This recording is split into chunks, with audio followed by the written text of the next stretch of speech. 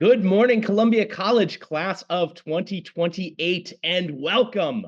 My name is Larry Jackson. I use he, him pronouns, and I am Associate Dean of Academic Affairs and Director of the Center for the Core Curriculum at Columbia College. I am also a lecturer in philosophy, and I teach three courses in our core curriculum: literature humanities, contemporary civilization, and music humanities. I just have two quick notes about today's webinar before we get started. If you would like to use closed captioning for the webinar, you can enable it using the CC button on Zoom. And you can also submit questions to us using the Q&A function, which is at the bottom right below the Zoom window. Please do not submit questions via the chat. We will have folks who will be answering your questions in Q&A, and I will also ask a couple of those questions of our panel. So I am delighted to welcome you to Columbia today and to talk about our core curriculum with you. I'm going to say a few words now about the core, then tell you what we plan to do over the next 45 minutes or so. Columbia College created its core curriculum in 1919 to address what it called the insistent problems of the present. These included the geopolitical changes that the First World War set in motion, a deadly pandemic, anti-Black violence in the United States, xenophobia, and a crackdown on political dissent. Faced with these crises, Columbia College saw that pre-professional training was insufficient, that education must also prepare students for an uncertain and ever-changing world. So they launched the core as an experiment in higher education. We talk often about how the core was the first general education program in higher education, but it also ushered in a new era of liberal arts learning in the United States and beyond. The aim of a liberal arts education is not to transmit knowledge, it's not to instill expertise, it is to occasion free exploration and shared inquiry. Its goal is to foster a conversation among members of a community who can together reflect critically on their lives, their educations, and the world that they would inherit. Now, many of the problems of 1919 are still with us today, and we have some new ones that have emerged along the way. But over the last century, the core curriculum has evolved considerably, and we're going to touch on that a little bit today. When the core began in 1919, it was a single course, contemporary civilization. Since then, we've added literature humanities, art humanities, music humanities, frontiers of science, the two-course global core requirement, as well as university writing. Students are now reading texts, studying scientific ideas, and learning about works of art and music that did not exist even 20 years ago. And we're going to talk about all of those courses in our conversation today. As much as the core has evolved, we still view it as an instrument for addressing the insistent problems of the present through the creation of a community, through the examination of stories, ideas, images, sounds, and discoveries that have not only shaped the past, but remain with us today. The core is a space to be attentive to perspectives and experiences that are different from your own, to reflect on and perhaps even revise your own opinions, to ask big questions, not with the aim at arriving at any form of certainty, but for the sake of open inquiry and shared perplexity. The core is not an uncritical celebration of important works from the Western canon. It is instead like an archaeological excavation in which we explore the structures of the past that, for better or for worse, still exist today, not only in our society and its institutions, but also within ourselves. The goal is not to preserve the past, but to engage with it critically. As much as the core has evolved in the last 105 years of its existence, the core curriculum continues to be a space to engage with perspectives and experiences of other people and to develop the humility to acknowledge your own fallibility and the courage to become, as Augustine puts it, a question to yourself. So today I have the great pleasure of speaking with a wonderful group of Columbia College students who have all been in the position that you are in now, just a few weeks from the start of your Columbia journey. I'm going to be asking them about their expectations and their experiences within the core, what they have learned from it, and even what they would change about it. Please submit your questions via the Q&A button on Zoom. We will try to answer as many as we can. Those questions can be very practical questions. They can also be about big things like truth and beauty. We welcome them all. By the end of this hour, I hope you will see that there is no one way of understanding the core and no one correct path for making your way through it. It remains a space for conversation, for respectful disagreement, and for discovering your own way in an ever-changing world. So at this time, I'd like to welcome my fellow panelists to join me and to introduce themselves. Welcome, panelists. Thank you so much for being here. I'm going to ask each of you to introduce yourselves, and we'll just go alphabetically by last name. So we'll start with you, Cecily. Hi, I'm Cecily. I use she, her pronouns. I'm a rising senior. I'm an English major and I have a concentration in philosophy. Um, and the core classes that I've taken most of them by now, actually. Lit Hum, U Writing, Frontiers of Science, CC, Art Hum. I'm currently in Music Hum, and I've taken one global core. Great. Thank you so much, Cecily. Kira? Awesome. Good morning, everyone. Thank you for having me. My name is Kira Tan. I use she, her pronouns. I am going to be a third year in Columbia College, which is crazy to say out loud. I'm majoring in history with a special concentration in public health. And the core classes that I've taken Lit Hum, I've taken U Writing, I've taken Frontiers of Science, I've taken CC, and I've taken Art Hum and Music Hum, so just kind of missing my global core there.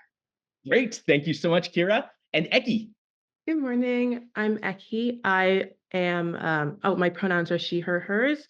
I am a rising senior as well. I am majoring in computer science, and the core classes I've taken, mostly all of them except for the global core, Lit Hum, University Writing, Frontiers of Science, CC, Art Hum, and Music Hum with our very own Larry Jackson, which is great. I recommend. Thank you very much. So there's a lot of experience here on this panel and a lot of wisdom, and we're going to get into all of it today. Before we begin, I want to just explain some of the nomenclature that we use in the core. So we've got literature humanities. This is a 2-semester course which students take in their first year. And how do we refer to that, panelists? What do we usually call this course? Lit Hum. Lit Hum, right? Okay. Then we've got Frontiers of Science. This is a 1-semester course which students take in their first year, either in the fall or the spring. And what do students usually call that course? Pro-sci. Pro-sci, right? Exactly. Contemporary Civilization, taken in the second year, year-long course, which we usually call CC. CC, right? Everything at Columbia is CC, Columbia College Core Curriculum Contemporary Civilization.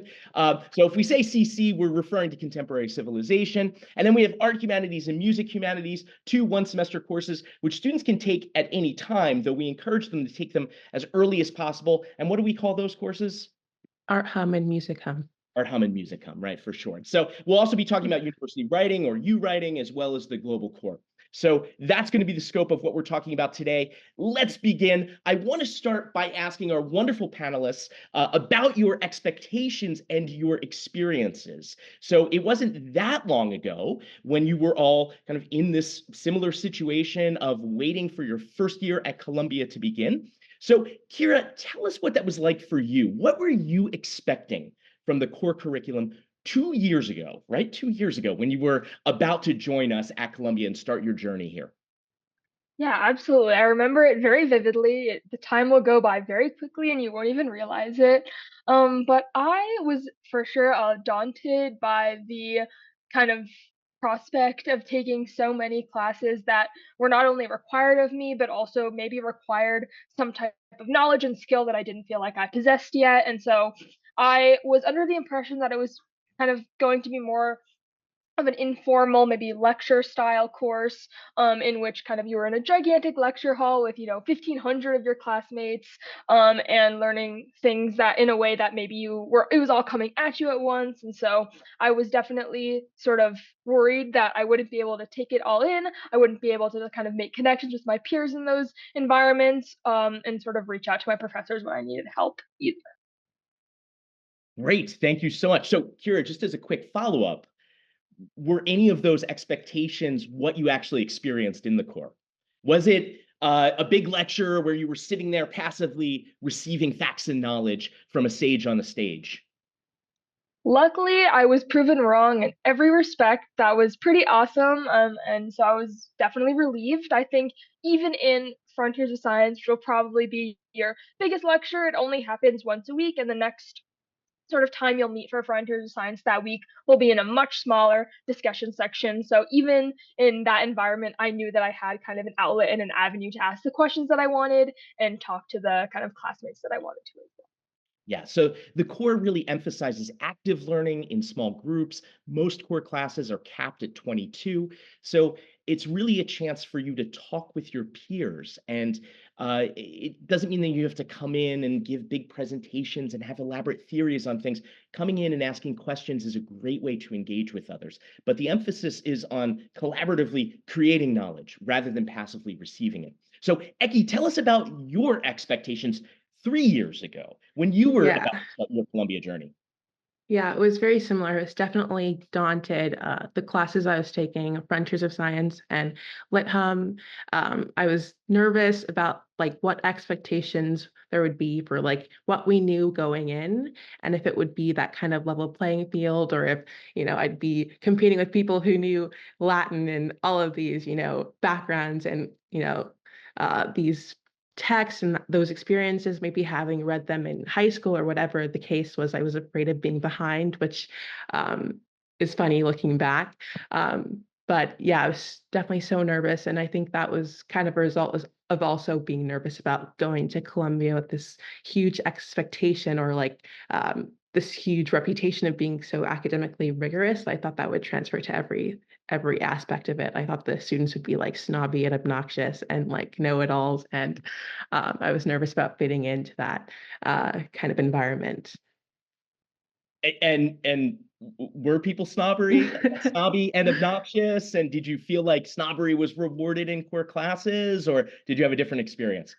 I had a different experience, thank goodness. It was way different from what I expected, and just like a very welcoming environment. My class sections were also way smaller than I had anticipated, so I really got a chance to know like my teacher and the people who I was in class with, and just being able to have built that small community going into this kind of scary like time of my life was definitely so helpful, and did not end up scaring me or anything I had feared. So That's great. So, Cecily, tell us 3 years ago also, what were you expecting from the core as you were about to begin at Columbia?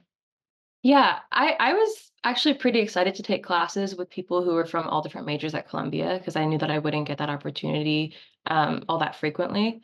Um, but I was also nervous just in terms of like, everybody has a little bit of that imposter syndrome. You're always worried that classes like this are going to be over your head, and I promise you they're not.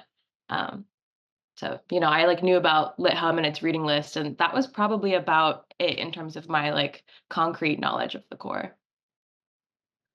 That's great. Thank you so much, Cecily. And thank you also for talking about that experience of imposter syndrome. I hope that those of you who are watching out there noticed that when Cecily used that phrase, the other three of us who were on all nodded our heads, because we all know what that's like. We are all familiar with that experience. So don't feel alone if you are feeling that way. You are not alone, I assure you. And when you talk to people and you share some of your questions and doubts, you'll find that others are feeling that way too. So I want to talk a little bit more about the Lit Hum experience. So students take Lit Hum in their first year. It's a year-long course. It's one of these small seminars. Most of our students actually stay in the same class over the course of the year. So it's a real opportunity to get to know 21 other students quite well as a professor that you'll be working with, meeting with 4 hours per week over an entire year. So tell me a little bit about your experience in Lit Hum and how that really shaped your understanding of the core in your first year. Eki, let's start with you. yeah, so I'm a computer science major, but I like to say that I'm an English major at heart. I work on the paper, on the opinion section. I love to write and I love to read. So a bit of me was excited, and then I started reading the Iliad alone, and it was so daunting and scary. And I felt like I was missing all of these names and not reading it correctly. And I just got so nervous that this is what my year would look like, just like trying to fake it that I was getting like these passages when I like was getting like maybe 50% of it. And then I went to class and met my teacher, who was this lovely grad student who had so much like knowledge about these texts and about antiquity, and had so much like um, so much to share with us in terms of contextualizing these stories and making them less scary and making them fun. Like her lessons were just such a joy to be a part of. Um, and our conversations were wonderful. And I felt like I was back in like an English class that I had taken in high school and loved so much. It was just about reading a text and loving it and doing whatever you wanted to do with it, whatever you wanted to talk about and connect. There is that opportunity to kind of be creative, which I loved.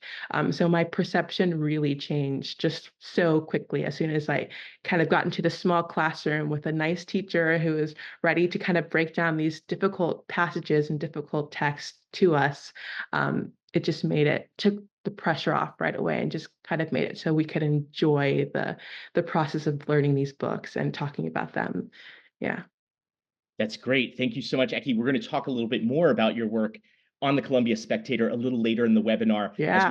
thoughts on the Iliad. I love that you've emphasized fun and creativity, which are big parts of the core as well. We talk about a lot of lofty goals with the core. I opened by talking about some of that, the insistent problems of the present, all of that stuff. But it's also just the pleasure of reading these works, of engaging these Yeah. works, which I think is really important. I always add that as a learning outcome on my course syllabi to savor, what we're studying in the class. What was your favorite lit hum work, Eki? Yeah. I like Césaire's like Notebook of a Return. Like that kind of book was one where I was kind of needing to have that like Black voice after so many texts that were kind of feeling like they were feeding into this Western canon, like having Notebook of a Return to the Native Land as like a book that I got to read in class and kind of break down in class was so helpful. And it kind of led to this obsession with this idea of Black ontology, which has like bled into other papers I've written for other courses. So that idea of like creativity in the core, you're kind of learning about these ideas that you maybe wouldn't have in like your other courses or other classes, and being able to tie that into different, um, practices or different like experiences you'll have is really exciting. So that book was just great to hear about that idea of diaspora and breaking that down and getting some time to just explore that was probably my favorite outcome. Yeah. Great, thank you. Cecily, tell us about your experience in lit hum in your first year. I had a great experience, honestly, because I immediately became really good friends with most of my class. There was such a sense of community in our class. And I as an undecided major, the core also really helped me figure out what I wanted to study in a way. I think specifically Lit Hum made me feel like, why am I not taking any literature classes outside of this one? And now I'm an English major, so surprise, surprise. But yeah, I really enjoyed it.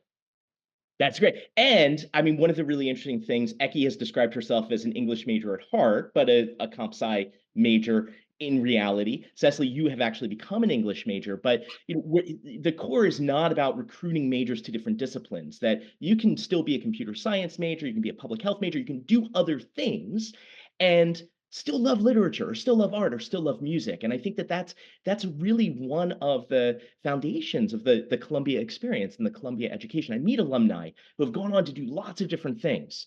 And then they want to talk to me about Don Quixote or something that they studied in the core. And it's fantastic to be able to have that range of interests and experiences and knowledge. Cecily, what was your favorite work or what were your favorite works in lit? I'm so torn between several, to be honest. But I'll name two, in the interest of time.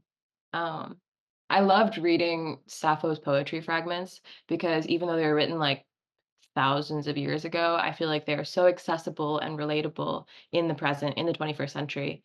And I know that a lot of my classmates felt similarly, which is really beautiful, I think. And then the other work that I would mention, I loved reading Toni Morrison's Song of Solomon. I think no one does it like Toni Morrison.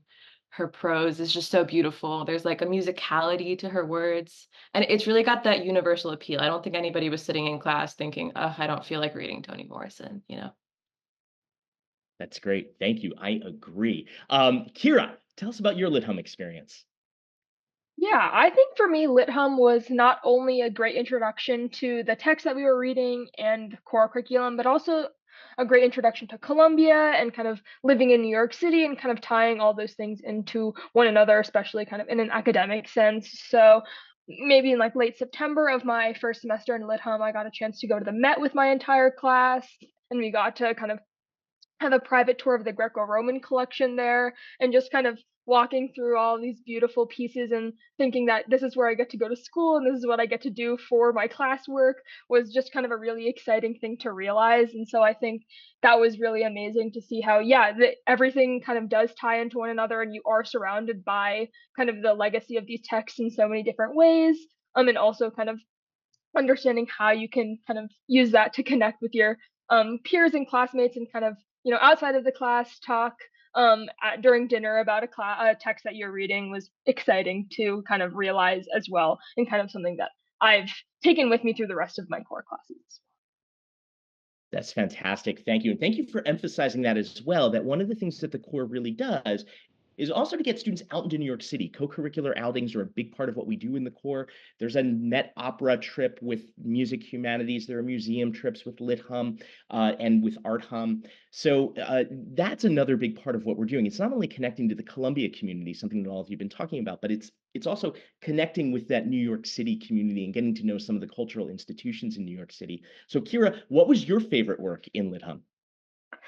Like Cecily, there were a lot that kind of I loved. I think I'd have to say Dante's Inferno, though. I think it was just kind of one that I had kind of looked up to in so many ways and was very excited to read. And then not only was it just such a fun experience in reading and kind of going through the circles, but also it was one of the first times when I actually sort of fully grasped how interconnected the core curriculum is and how literature humanities texts are. The same people that you were reading in a book 2 or 3 weeks ago kind of shows up in this new text. And I thought that was kind of exciting and that you kind of already understood parts of it. And that also helped in kind of creating a better understanding of it all. Yeah, that's fantastic. So I think you've all conveyed really nicely the diverse range of voices, experiences, and perspectives that students encounter in Lit Hum and also in other parts of the core as well. That we've heard about Homer's Iliad, an ancient Greek text from nearly 3,000 years ago. We've heard about Dante's Inferno from the year 1300 in Florence. We've heard about Toni Morrison from the 1970s in the United States. Right, so a whole range of voices and works that we're encountering in Lit Hum. I want to talk a little bit more about the first year experience. Lit Hum is not the only class that students will take in their first year. There's also university writing. So all students will be placed into literature humanities the week of August 12th. Don't worry, there are opportunities to switch if you do need to make changes to your schedule. But when students are placed into literature humanities, students are also placed into university writing or frontiers of science. About half of you out there will take university writing in the fall semester, and about half of you will take it in the spring semester. Now, university writing is a class where students are working together in groups of 14. They're using the same methods and approaches across all of the university writing sections, but there are actually 10 different themes or topics that students can choose from in university writing. So I want to just ask each of you if you can kind of each quickly say, what was your university writing topic? And what were the kinds of ways in which you were exploring that topic? So let's begin with Cecily, then Kira, then Eki. I did the readings in human rights topic, which I loved. We were reading papers that were previously written by like big thinkers in human rights, in philosophy, talking about like contemporary humanitarian issues and like modern activist responses to that. And then we would write papers based on those readings, bringing in like, anything else that we were really passionate about. There was definitely freedom to do that as long as we could relate everything back to what we were talking about in class. Right, and Kira? Awesome. Yeah. So I did the theme readings in race and ethnicity, which was also a really amazing kind of theme to work with my fall semester.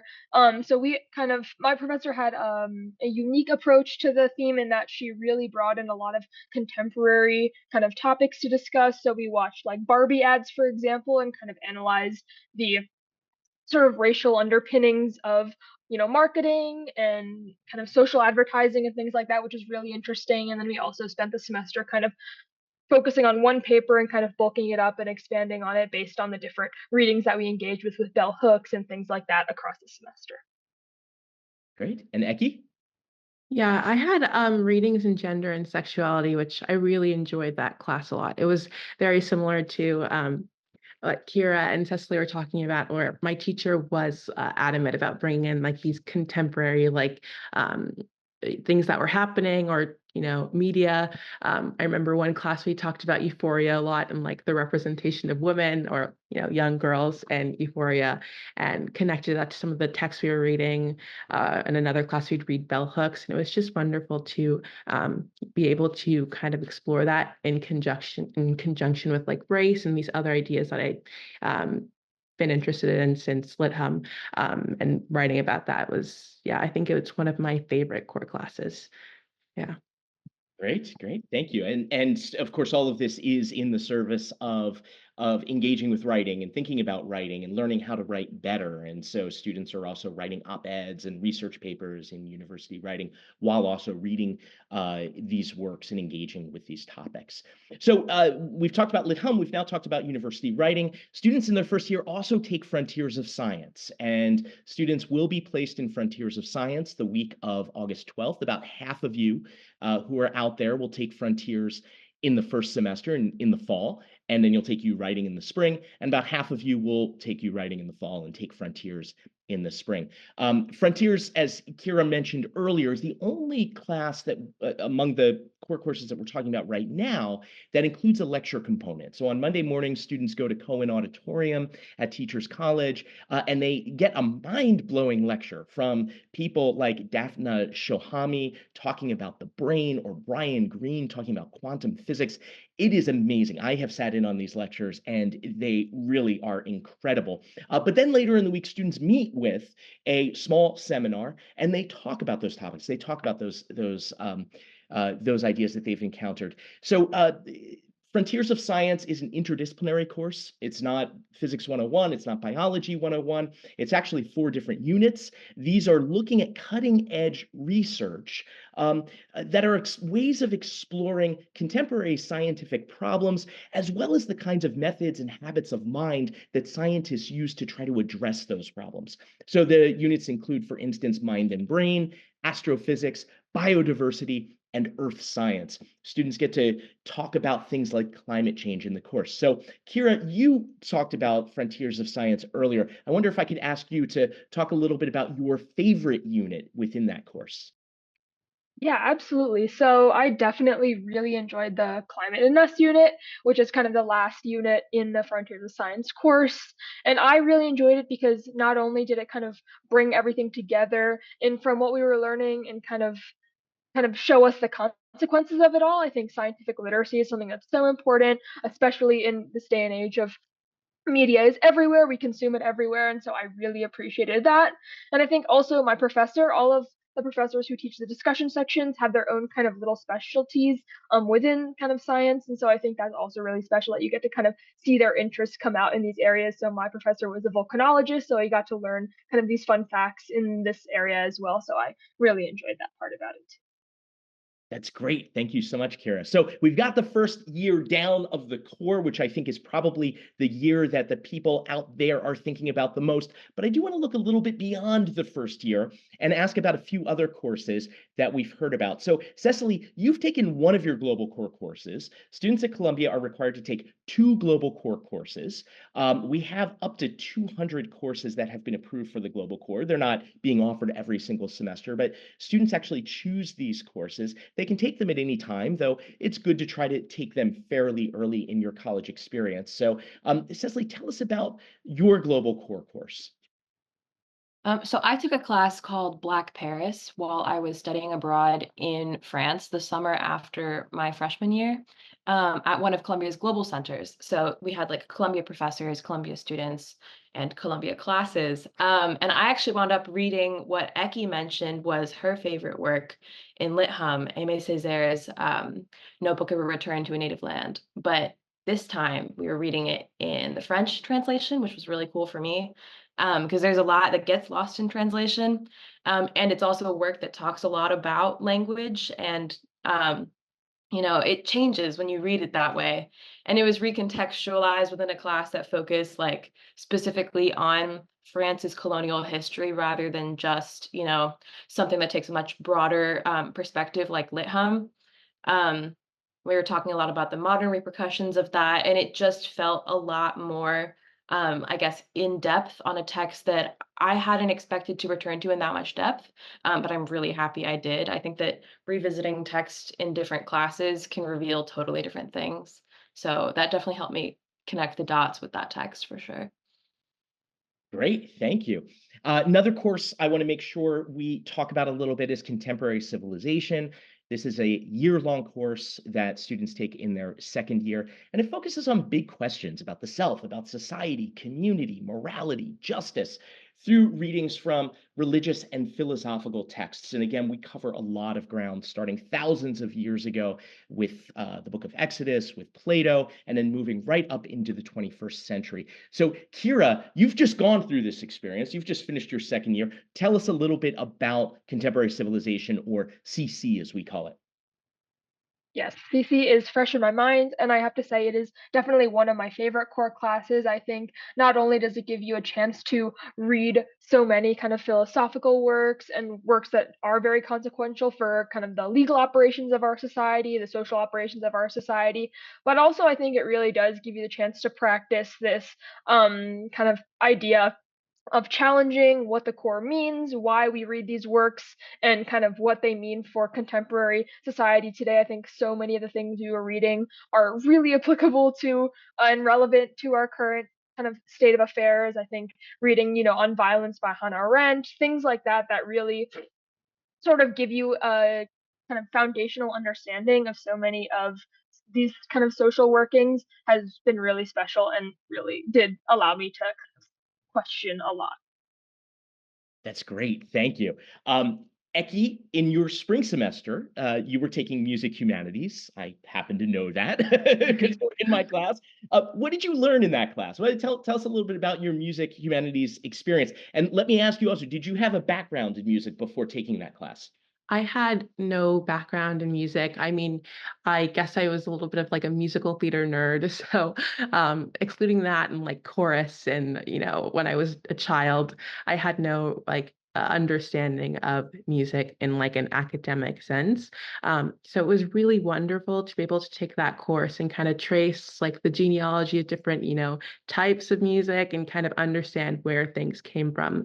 And I was shocked by how connected it was with like history in general and how different movements can inspire different sounds and just being able to like trace that to feelings and instances and kind of explore political music, especially last spring when so much was going on outside of the classroom, being able to have that and really understand the power of music was therapeutic for me and a lot of other people.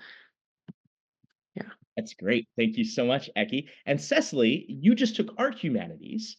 Tell us a little bit about your experience in Art Hum. Yeah, this was actually one of my favorite classes at Columbia, which I was pleasantly surprised by because I've never taken an art class before. We had so many field trips. We were like always going to the Met. We also did like a virtual reality day, which is super cool, although it makes your eyes hurt. And we were talking a lot about big pieces in art history, but there was also a lot of discussion about, what designates something as a masterpiece in Western culture. And we were asked, whether we want to buy into that type of logic. And that was just a really open-ended question that we ended up having so many productive conversations about in my class. And people's opinions ranged a lot, so discussions were really great. Yeah, that is a great conversation, and that's a great topic to try to explore. And this is what we're doing in the core. We're not telling people how to think, but we are trying to provide occasions to think, and that means challenging a lot of our assumptions and asking questions about many of the things that we might take for granted. So we've now talked about these various parts of the core, the different courses that are required. I want to step back a little bit and try to examine the bigger picture a little. So I want to ask each of you now just generally what you think students are learning from this whole core experience that we've been piecing together like a quilt. So, Kira, let's start with you. What are students learning from the core? Yeah, I think just in my own experience, even though I'm a humanities major, I never wanted to give up any of my other interests, any of my other fascinations. And I think students learn how to combine all of their interests, how to understand more deeply how their interests interconnect with one another, because none of that operates in a vacuum.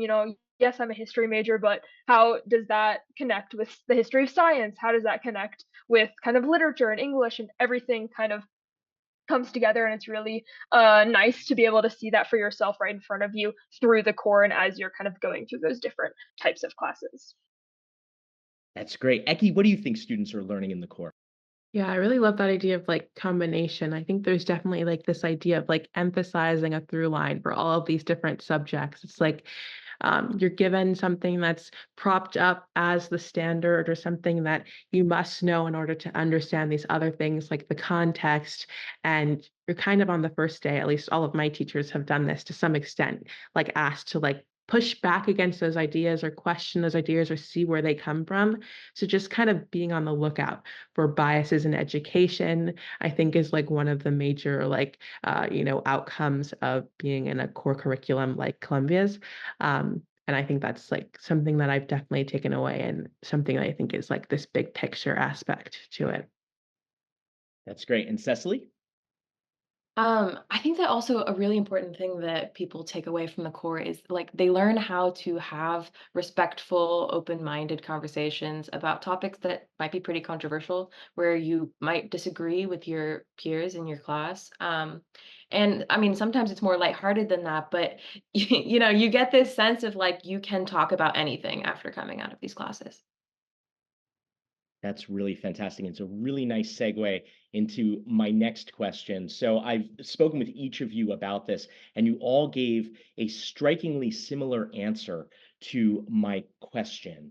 And I love this answer. And I think I know at the beginning I said there are no right answers about the core, but this is the right answer here. I mean, this is fantastic. So I'm going to ask each of you what, in your view, is the best part of the core experience. And those of you who are out there in the audience, there's gonna be a little repetition here. I'm just warning you, but it's well worth hearing because this hits the nail right on the head as far as I'm concerned. So, Eki, why don't you start us off? What is the best part of the core experience at Columbia?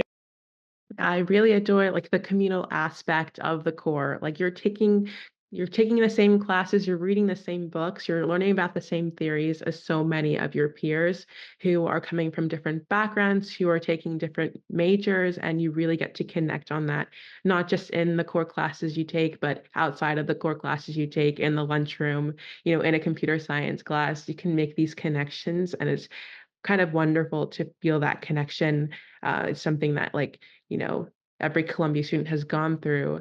And it makes discussions, I think, richer and it makes the experience, kind of more communal. So I love that aspect of the core. Great. So, community. Kira, what do you think? Yeah, I mean, similarly, I think the commonality that the core provides in providing this level playing field, providing this kind of shared experience right off the bat, the very first day you step on campus, you have something in common with every single one of your classmates. It's pretty special. I think then being able to take those different experiences and even share those differences within the classes, even though the core may be kind of thought out to be something that's standardized, there are so many nuances and kind of flexible aspects of it within your own classes. So even then, you'll be able to share your own personal experiences and understanding of the core with others while knowing that they kind of have had those same kind of general experiences as well. That's great. So the shared experience, which is not only with your classmates, it's with everybody who's come before you as well, the sophomores, juniors, and seniors who are at Columbia, the 53,000 living alumni of Columbia College who have all gone through some version of the core curriculum. You have this experience in common. So the shared experience, the sense of community. Cecily, bring us home on this one. I mean, it was having discussions with my peers. We talked about the text, of course, but we also talked about the issues that they raised for us. And, like we're bringing our own experiences to the works, and I learned something from every single classmate, and often things that I really didn't expect to be talking about in class. So I love the discussion based classes. Yeah, yeah. That's fantastic. So it's a community, a shared experience, but it's not consensus, right? We're not all thinking the same thing, saying the same thing. It is a community that's rooted in pluralism, diversity, a range of perspectives. People are bringing their own experiences to these texts and to these ideas. And these conversations that you're describing, Cecily, they're not just happening in the classroom either, right? They're happening on Low Beach, as we call it, the steps of Low Library, dorm lounges, in dining halls. So this is a conversation which is going on. To join the course, to become part of this wide-ranging, sometimes unwieldy conversation that's going to take you in lots of different directions. And I promise you, you will come back to this conversation again and again and again throughout your life. Just last week, I was talking with an alum that I love dearly. His father also went to Columbia, and he said his father spent his entire life going back to the books he read in the core curriculum. And when my friend was a teenager, his father would burst into his room at 1 a.m. and he would say, I've just been reading Aristotle again, and I just realized something, and he'd want to share it with him. So I hear this from alumni all the time who want to go back to the core, want to reread these texts, want to think about these ideas again. Now, we've talked about community, we've talked about shared experience. There is a misconception, though, about the core that it never changes. And in fact, that's not true. The core does change, that is baked into it. In the 1950s, someone who had been associated with the core almost from the beginning, Justus Buechler, wrote very famously that the core was a curriculum that was literally born revising itself. So, Eki, I promised we'd come back to the Iliad and to the Columbia Spectator, where you are a wonderful and brilliant editor, and I'm a big fan of the Spectator. Tell us quickly how you and I first met. Sure, I love the story. Um, well, essentially, I was kind of curious about literature humanities and the history of literature humanities and how it had changed and to what extent it had changed. Just because there's, of course, this other like context of ancient Greece, like and ancient Roman texts being co-opted by like these white supremacist like frameworks and groups. And I think Columbia has tried to kind of get ahead of that and change the narrative, adding texts that are more modern masterpieces from more diverse authors. And adding like Mesopotamian works. And I tried to kind of examine like those changes and whether they were sufficient. So I wrote an article called "It's Time to Knock the Iliad Off Its Pedestal," because I kind of found it a little bit absurd that we were reading the Iliad first, and it was one of the only texts that had never been changed or swapped out in the syllabus in its place as the start of the course and the start of essentially your core experience had never been questioned. It's kind of had remained the text students read over the summer and is like used to kind of introduce themselves to this experience of reading core books and taking lit-hum when there are older Mesopotamian works that kind of expose the ancient world as being more multicultural than just reading the Iliad would tell you. So like the exaltation of Inanna and Numa Elish, these are works that are thousands of years older than the Iliad that we for some reason don't read first. So I kind of talked about how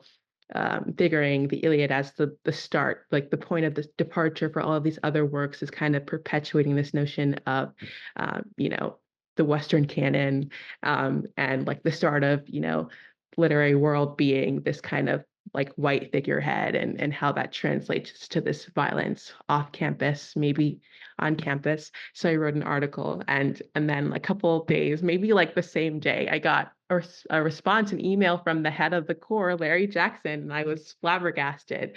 And then we met and we talked about the article, and we had a great conversation about the core, and just kind of was so happy to be listened to and to have like that article reach your ears and then be able to talk to you about it was really special. It was nothing I was not expecting at all. And yeah, that's how we met. Thank you so much for sharing that. And so that's an important story because it speaks to the ways in which the core does evolve and it does change and the kinds of self-critical conversations that we have. The core is not an object of reverence. It's something that I'm very enthusiastic about. It's something that I love dearly, but the core exists as a self-critical project, not as a consensus project. We have a range of views and perspectives and approaches to the core within it, and that's what gives it its vitality and its strength. I also wanted to talk about this story a little bit because it was a nice way to update everybody on a couple of changes that have just been made to the literature humanities syllabus. So every 3 years, we revise the syllabi in the core. We're on a slightly different schedule for each of the courses, but we just underwent the revision in literature humanities.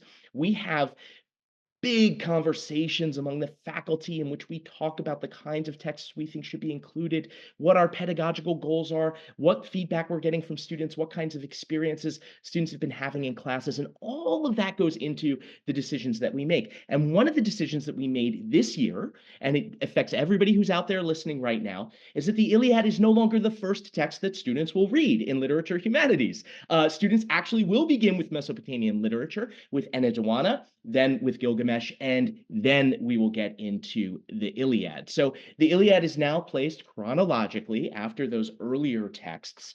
And the practical consideration here for students, and I want to make sure you all hear this, is that there is no summer reading. You do not have to begin reading the Iliad over the summer, which was the case for all three of our panelists. So there is no summer reading. You will not read the Iliad over the summer. You will read it a little later in the semester. So thank you for that, Eki. That was wonderful. And by the way, I referenced your article in some of those conversations that we were having with faculty about the LitHum syllabus because I thought it was so good. So, okay, we're going to move into a lightning round here. And I just would love to hear each of you share some tips that you might have for incoming students. So first one would be, what do you think makes for a good core discussion? Let's start with Kira, then Cecily, then Eki. Yeah, I think including kind of your emotional reactions and experiences with the text are really important. Like Eki said, don't try to be like the snobby, obnoxious know-it-all that, knows everything about the text. But yeah, just trying to kind of ground it in yourself and your own experiences. Right? Yeah, I think also it really comes down to like open-mindedness and a willingness to be proven wrong because you will be having conversations with people who disagree with you. And that's a beautiful thing. You should embrace that. Wonderful. Eki? Yeah, I think building off of other people's ideas and points is like a great way to kind of continue the conversation and make it stronger. Like finding those connections just builds it and makes it more insightful. Great, great. How do you think students can get the most out of their core experience? So let's start with you this time, Cecily. I really would just stress to talk to everyone about it, not just your classmates. Ask your friends what they think about their core classes. Figure out if they liked the same books you liked or if they hated the same books you hated. The materials that we talk about are meant to start discussions that are not supposed to end when you leave the classroom.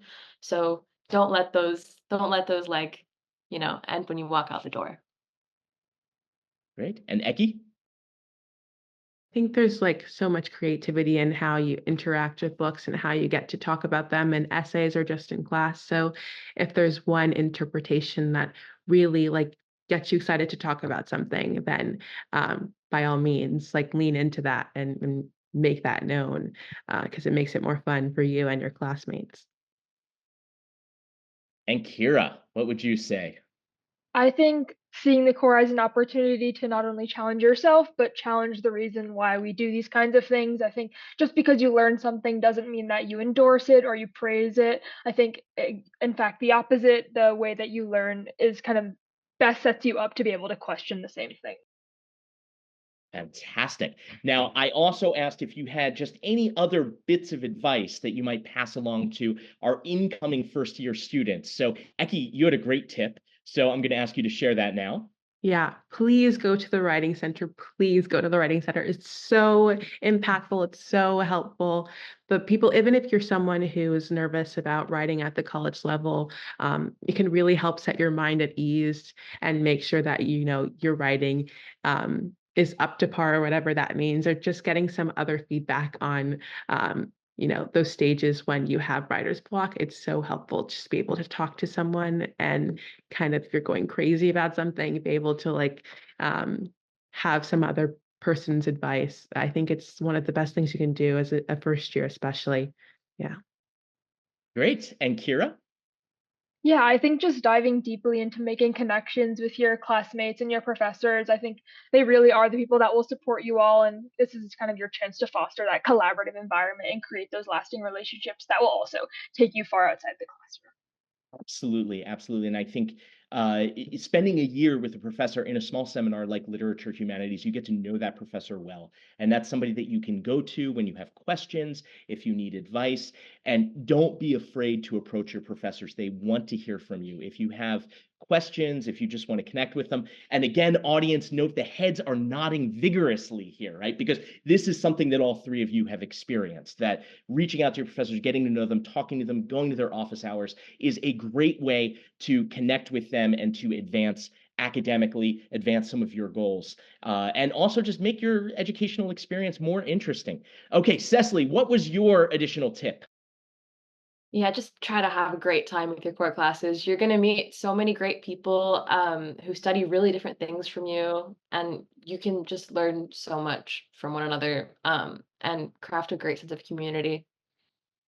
Fantastic. Thank you. Yes, again, fun, pleasure. Those are things that are important as well in the core curriculum. And this really is a space to explore, to experiment with ideas, to discover new things, to ask big questions. Approach it in that spirit. This is not the space where you're trying to become the world's expert on Homer. There are other parts of the university where you can do that. This is the space to really have that respectful and enjoyable conversation, that dialogue with other people, to be thinking out loud with them, as it were. Okay, so we've gotten a couple of questions that I do want to direct to our panel. And again, if you've been submitting questions and using the Q&A function, the wonderful staff from the Center for the Core Curriculum have been answering a lot of those questions, but there are a few that I do want to pose to our panelists here. So here's the first question.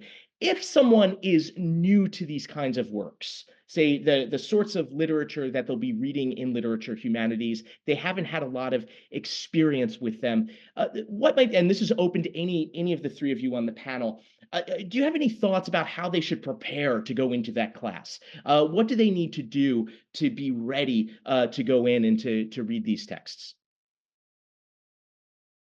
I can answer this one because I feel like I was someone who was super nervous about the types of works I was reading and if I would, be prepared to enter those conversations. But I'd say like don't doubt yourself because a lot of people are feeling that way, especially if this is like your first time, reading Homer. I feel like a lot of people are going to be kind of feeling insecure about their understanding, but so long as you read the text and have a general idea of what you've read, I think you'll be prepared to kind of go to class and maybe have it broken down to you or be able to listen to what other people took away from those texts from other classmates. Um, yeah. That's great. Anything to add, Kira or Cecily? I guess I'll just add that asking questions is maybe even the best way to like advance your own understanding and also other people's understanding. A lot of people will propose questions that I didn't even think about in my own reading experience and then will give me an entirely new perspective on kind of the passage or text. And so I think that's super important and encouraged and doesn't mean that you don't know things, but in fact only that you want to know more things. Yes, amen to that. Right? I think that questions are the best way that you can engage in a core class. That coming in, asking questions of your peers. Sometimes you might read a passage and maybe the passage doesn't make a lot of sense to you. Maybe you didn't like it very much, or you don't know what to think of a passage. And just bring that into the classroom and saying to your classmates, hey, classmates, could we unpack this a little bit? Could we talk about this? I was a little confused by it, or I wasn't quite sure how to interpret it, or I wasn't quite sure how I felt about it. I'd love to hear some other perspectives. That will thrill your professor. We are not looking for students to come in and to raise their hand and to give the right answer. This is not that, these are not those kinds of classes.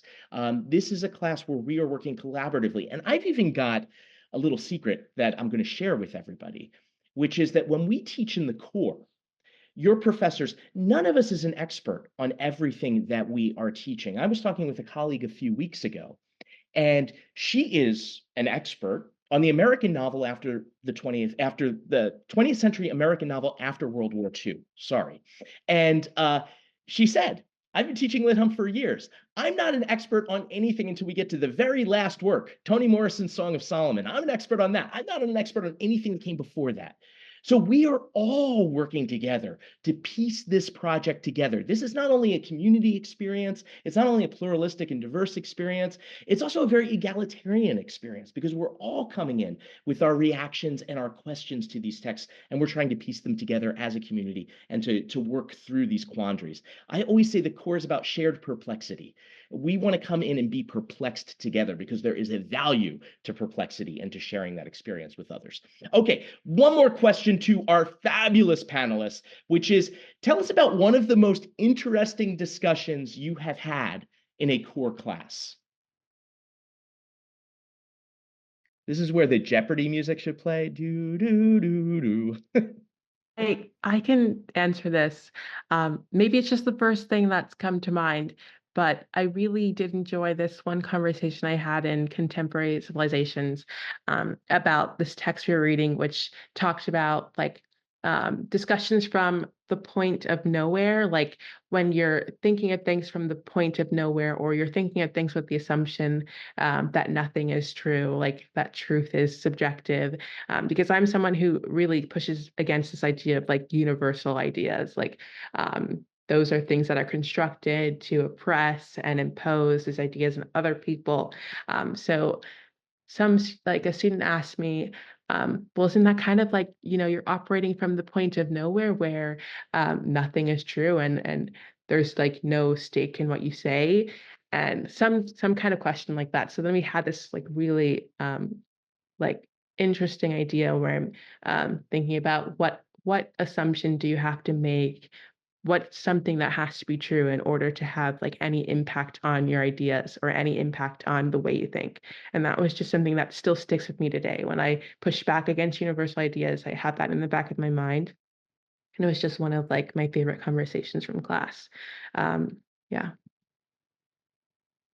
Great. Any others? So this was a discussion that I had in my contemporary civilizations class that wasn't directly about any of the texts, but more so kind of as a reflection at the end of the semester, where my classroom in Hamilton is situated so that you can kind of turn around and see Butler Library. And so we kind of brought the names sitting atop Butler Library into conversation with the, like Larry said, this kind of like revised idea of the syllabus that we were learning versus kind of the names that were sitting atop when Butler Library was built, and also kind of the history of Butler Library and who Butler was and things like that, which I thought was really interesting and also was a good demonstration that you don't have to kind of accept everything that's around you. You don't have to praise everything that's around you, right?